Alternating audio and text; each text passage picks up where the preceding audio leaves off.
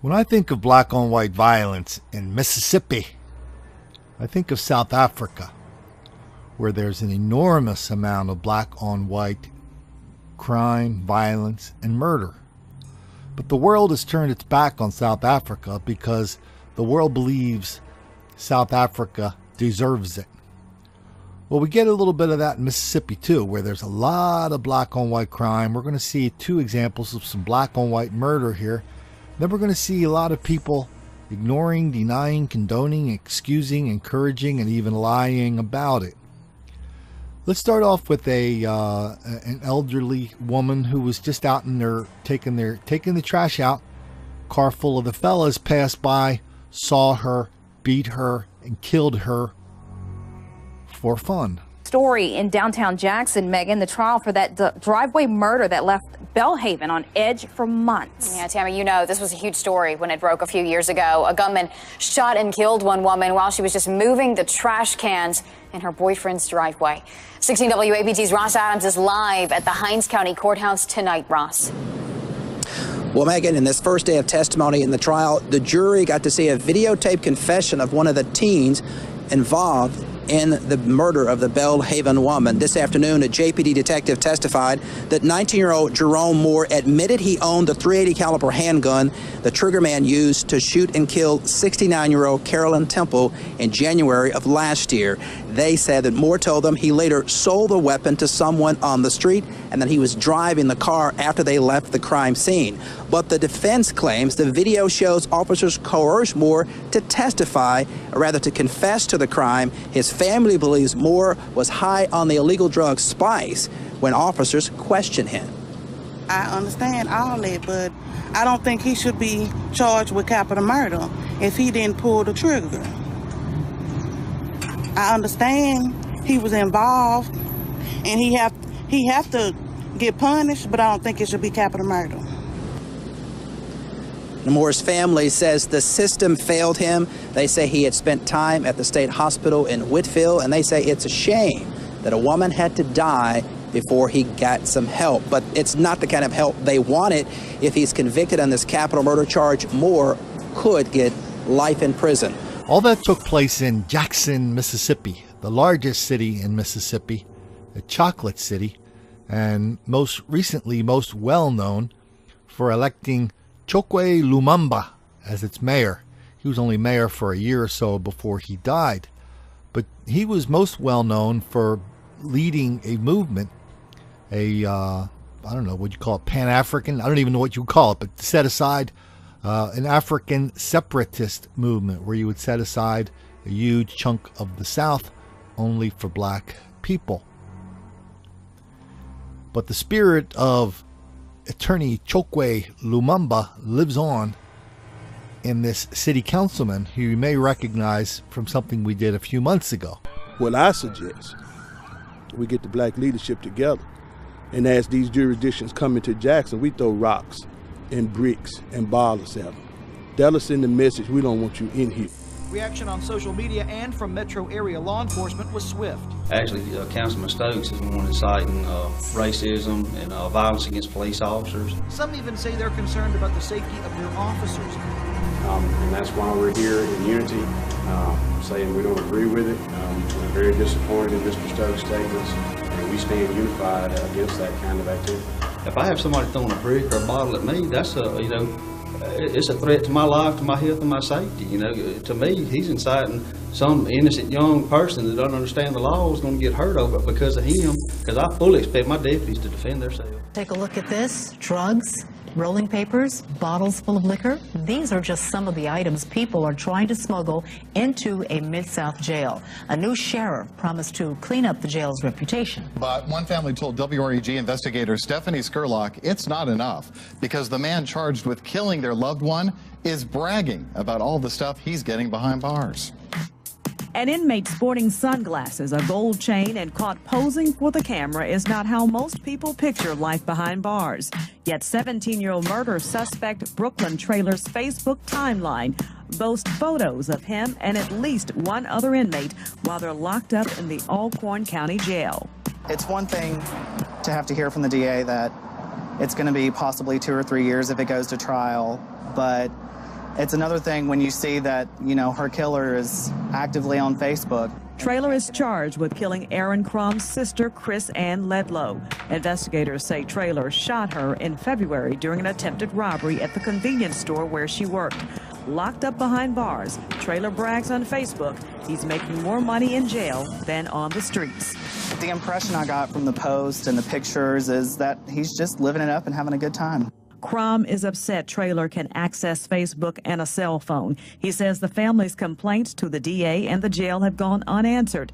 So WREG sat down with Alcorn County Sheriff Ben Caldwell to find out how this is happening. It looks like to them he's having one big party in jail. Right. I can assure you that we don't allow them to have parties in our jail. And again, I understand the family's concern, and it's my concern as well. The sheriff says there's no way to prove Traylor is posting from jail. He says sometimes inmates give passwords to friends on the outside to post on their behalf. But he told me Traylor did have access to a cell phone at one point. When that took place, he was placed in segregation.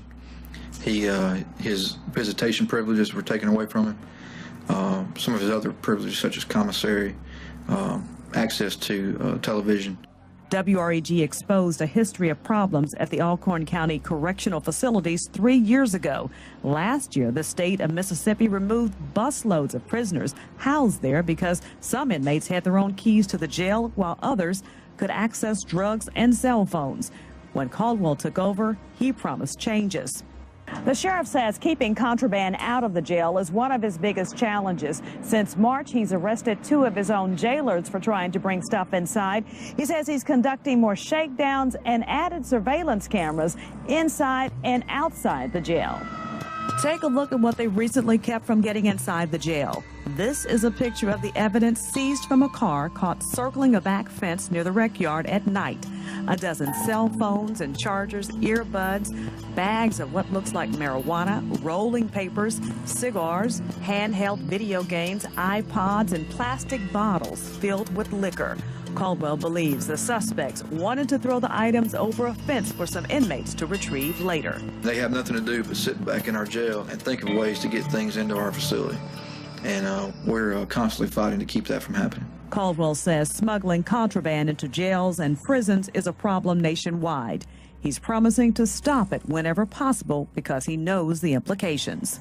It just looks like one big joke to him. You know, he's talking about going from like pistol whipping to money making. The Crums say it hurts to see the teen arrested for killing this sister, daughter, and mother of 2 girls, bragging on social media from jail while they grieve their tragic loss. It's a slap in our face. And, you know, Chris isn't here. She can't defend herself anymore, so somebody has to. And that's why I'm here. In Corinth, Mississippi, Stephanie Skurlock, WREG.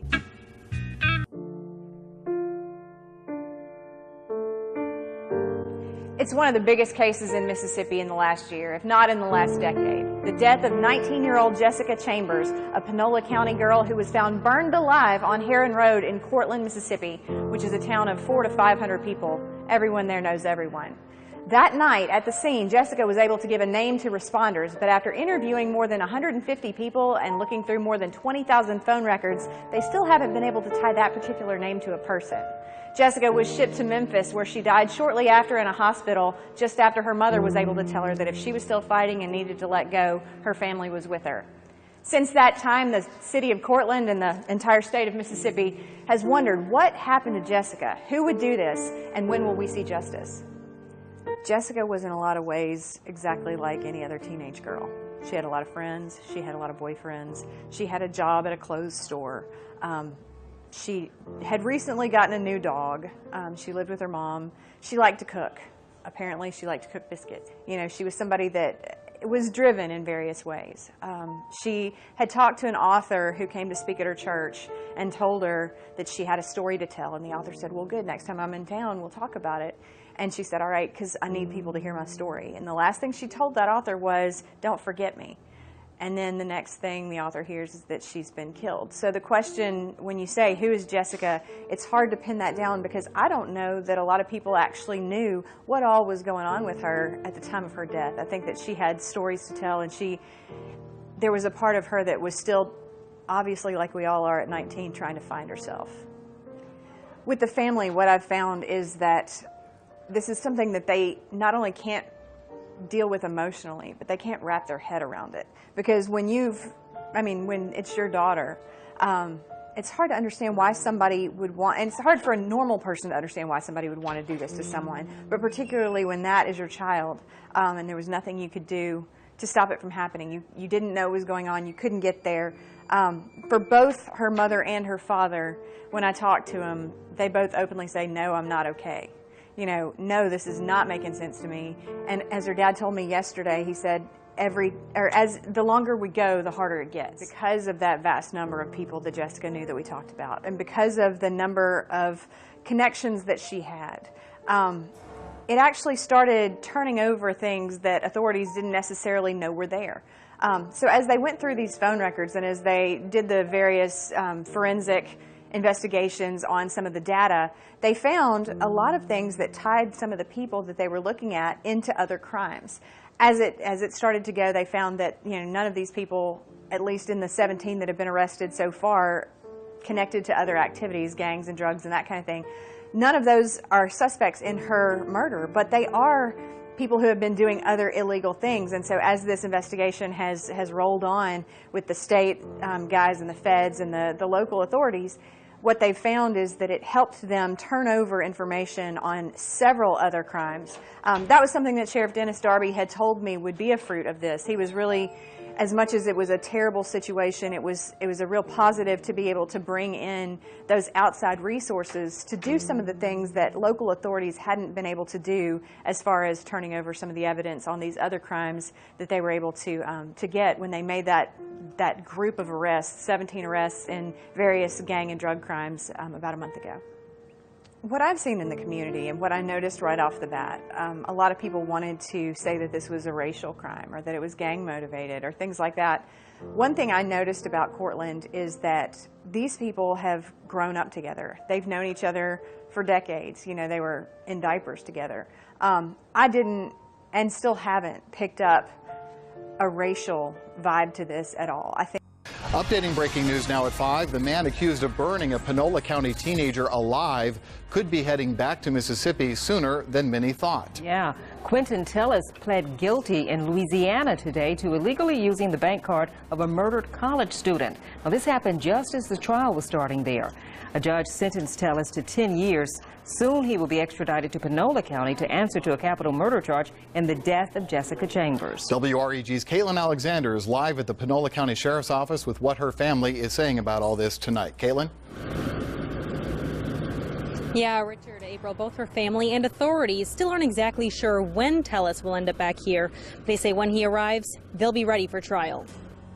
Oh, I'm ready for that day. Lisa Chambers didn't expect the news this soon. Quentin Tellis pled guilty to a charge in Louisiana and is agreeing to be extradited here to answer for what he's accused of doing to this girl, whose face still smiles from Chambers' window. Truth is, I don't really know of anything that could really be justice for what was done to her. Nothing we can do here on earth. Tellis is facing a capital murder charge for brutally burning Chambers alive in December 2014. Tellis married a woman in Louisiana the following August, just before authorities arrested him in Monroe for using the bank card of a murdered college student. District Attorney John Champion was in Louisiana for the trial and talked to WREG on his way back home. He says the timeline of what happens next could be up to the Department of Corrections in Louisiana. I don't say what happens.